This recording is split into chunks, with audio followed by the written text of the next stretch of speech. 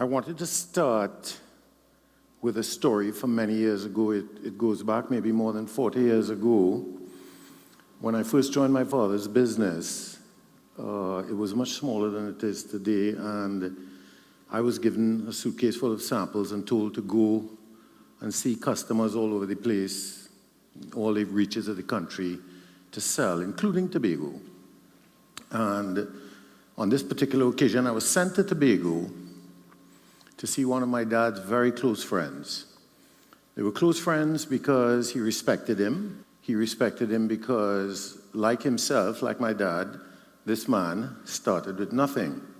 And like my father, was making his way in the world and honoring his commitments and being very straightforward in his dealings.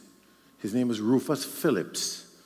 He was a famous Tobagonian businessman, and I was given the task of going over to show him all of the new fabric that we had just received. So I arrived in Tobago, and outside his store was a banner that said, Phillips Conscience Sale. This is more than 40 years ago.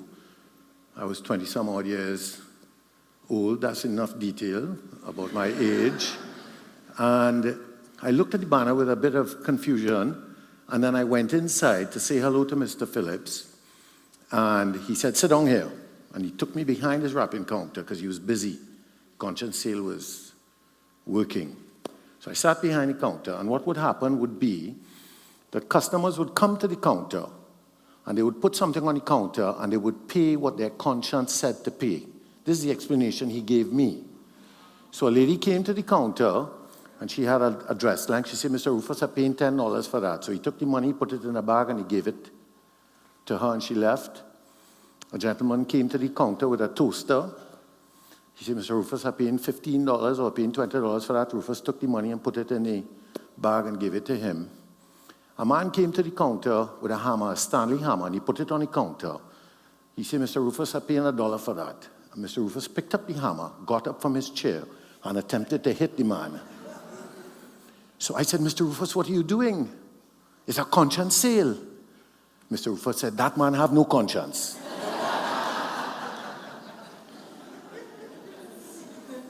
So it dawned on me all those years ago, it hadn't dawned on me before, that there are people with no conscience. I had always assumed that everyone had a conscience, that everyone cared about each other and would do the right thing. But Rufus taught me a valuable lesson, which you learn when you are a self-made person, like my dad and like Mr. Rufus Phillips. You learn the lessons. And one of them is that not everybody has a conscience. And how does that connect us to a responsible elite? Because the silence of the elite is meant to say that we are being unresponsible. Unresponsible is a term coined by Lloyd Best, a famous citizen of our country who all of you should know. We have to decide if we want to be responsible about those who may not have the means that we have. And the two components of being responsible, in my humble opinion, are conscience, which I have spoken enough about now, and the other part is common sense.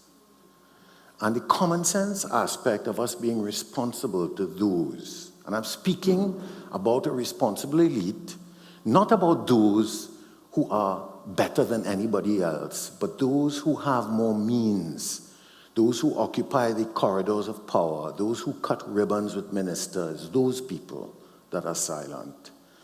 What I am saying is that they should be vociferous because they have a conscience, but also because they are sensible, because they should recognize that they should water the tree from which they pick their fruit. They should recognize that they should nurture and prune the tree under which they shelter. They should recognize that it can't be that the ship of state will sail smoothly if everyone doesn't have basic amenities, if some live in splendor on the top deck and some people are below deck with little ventilation and little convenience and little service. It is going to upset the equilibrium of the ship. And it has done it throughout history. It is not a novel idea that I bring to you.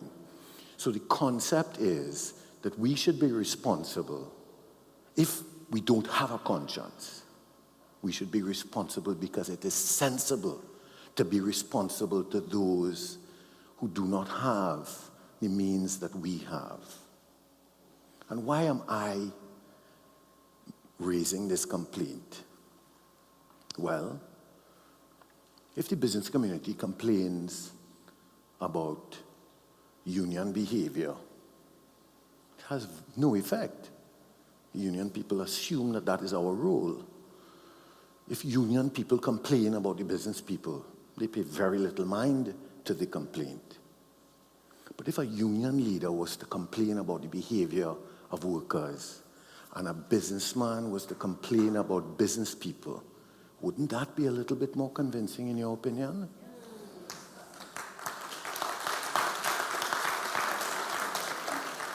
And where does that philosophy about complaining about your own come from? It's not my idea. That is the philosophy of the great Mahatma. Gandhi believed that to resolve the conflict between the Hindus and the Muslims at their time of independence, he should complain about the behavior of the Hindus of which he was one. And that is how they didn't go into civil war. I mean, it didn't end up as happily as it should have, because tragically he was assassinated. But that also is the philosophy of Mandela. Mandela had a Truth and Reconciliation after the release from 20-some years in prison. He didn't come out and blame his captors. He came out and asked them to explain themselves and to admit what wrong they had done. So it is my view that I have the right and that I should raise this complaint. So, what is my complaint? My complaint is not about the disparity between you having a car and those of lesser means having to take the bus. My complaint is that you have a car and the bus never comes for them. That's my complaint. My complaint is not that you can go to a private hospital and get attention and those of lesser means have to go to public health care facilities. My problem, our complaint is that when they go to the public health care facilities, they sometimes sit there for 10 hours and no doctor attends to them. That is my complaint. I am not saying that you are not entitled to enjoy the fruits of your labor. I am saying that we have to guarantee some basic amenity of service to ordinary people, to people of lesser means, if we want to live a harmonious and productive life and if we want our country to develop. So, what is the cause of this inability of the bus to arrive? What was the reason for that? So how do we respond since our post-colonial days to that problem? We buy more buses. How we deal with the problem of the patient sitting in emergency, waiting and no doctor coming and being told at 5 o'clock in the afternoon the doctor going home. How we deal with that? We build more hospitals. And how do we deal with an absentee rate among teachers that exceeds 30 and 40%? How we deal with that? We hire more teachers. And what has that done? It hasn't worked. So what should a responsible elite do? Donate the buses? Pay for the teachers? Import more doctors? That doesn't work. So what is really the problem? The problem, in my humble opinion, is that we have to admit, we have to accept that it is not going to get better. We have to accept that. We have to accept it because we know it, because we have the education to analyze it, because we know that the diagnosis of it is not that we don't have enough buses, but that we don't know how to guarantee that the buses will run. That is our problem. We have bought billions of dollars worth of buses and ferries and everything else, and we still can't get the service to operate. Why is that? I'll tell you why. This is where I'm trying to be responsible now. In addition to asking you to be responsible, this is my act of responsibility to say that it's not going to get better, and the reason for that is as follows.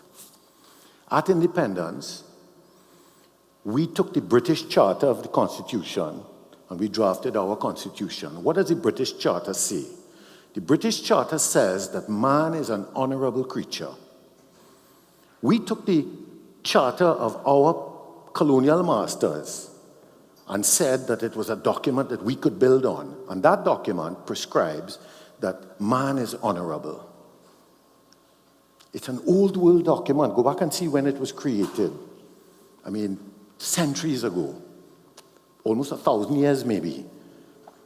What did the Americans do? They were a colony too. They wrote a new constitution. Did they take that charter? No. They wrote a brand new constitution. What did it make the assumption about man? It made the assumption that man is a selfish creature. He can be honorable, but he's prone to tyranny. The word tyranny exists in the American Constitution several times. They were trying to make sure that they never faced the tyranny of a colonial master again, and that their own government couldn't turn into a colonial master. So they wrote a new constitution that separates their president from their parliament. And unlike the British, they do not appoint their senators, they elect them. They elect their congressmen and their senators. Their members of parliament and their senators are both elected. We appoint our senators. And to prove my point, we have a majority appointed by the government of the day, a minority appointed by the opposition, and then we have 11 independent senators appointed by Her Excellency the President who are supposed to guard the public's interest. So my question to you is this.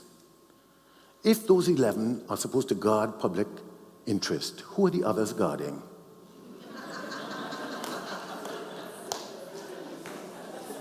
Well, the answer is clear. They are guarding their party. They are guarding the party. And is it their fault that they're doing that? No. That's what the model requires. So let me give you a quick example. When Mr. Obama brought his health care package to the United States people of universal health care, insurance for everybody, it had to be remodeled and changed. It had to be amended.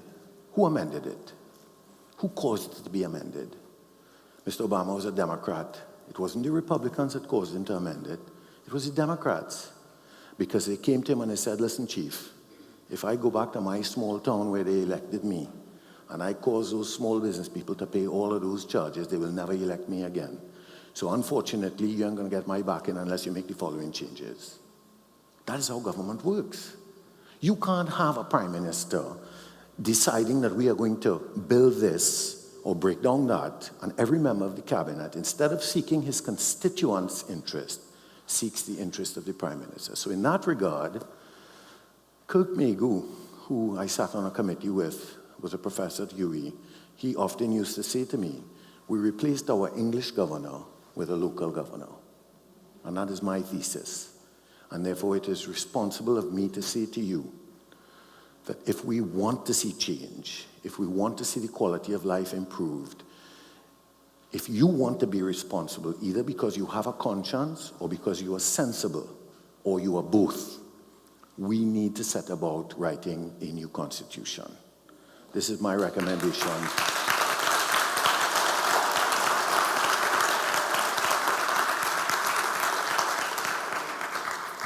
In the United States, the model that they created that is afraid of tyranny has had the effect of enriching the power of ordinary people. And that's why for many years, I think it was Mr. Truman, President Truman, that had to put a plaque on his desk that said, the buck stops here. In our societies, the buck stops with the previous government or the other party. That's what we see when the public complains. We never say, it was my fault. I should have made sure the drains were clear so the highway wouldn't flood and people waited for hours.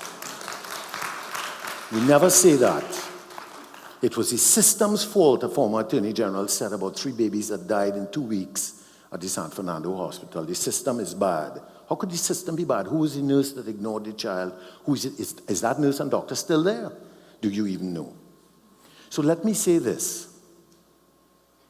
How many more years, 500 murders a year do you want? How many more flooding events do you want after every 30 minutes of rain? How many more times do you want to be stranded trying to get to Tobago? How many times do you want to pay more for a ticket to St. Lucia than you do to Miami? How many more times does this have to happen before you realize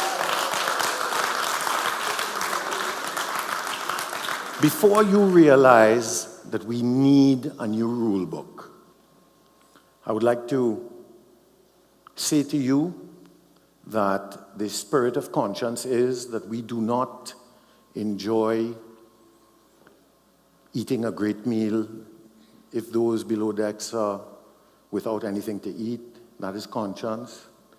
And it is common sense if we're eating a great meal to recognize that the meal will be threatened if those below decks have nothing to eat. You decide. You want to do it because of your conscience. You want to do it because of common sense. You decide. But my plea to you is, speak up. Do not be silent. And let us please set about, not to asking for a new constitution, let us write one among us. And I thank you very much for the opportunity of expanding my idea about the silence of the elite. I hope I have been convincing to some extent, and I thank you very much for the opportunity.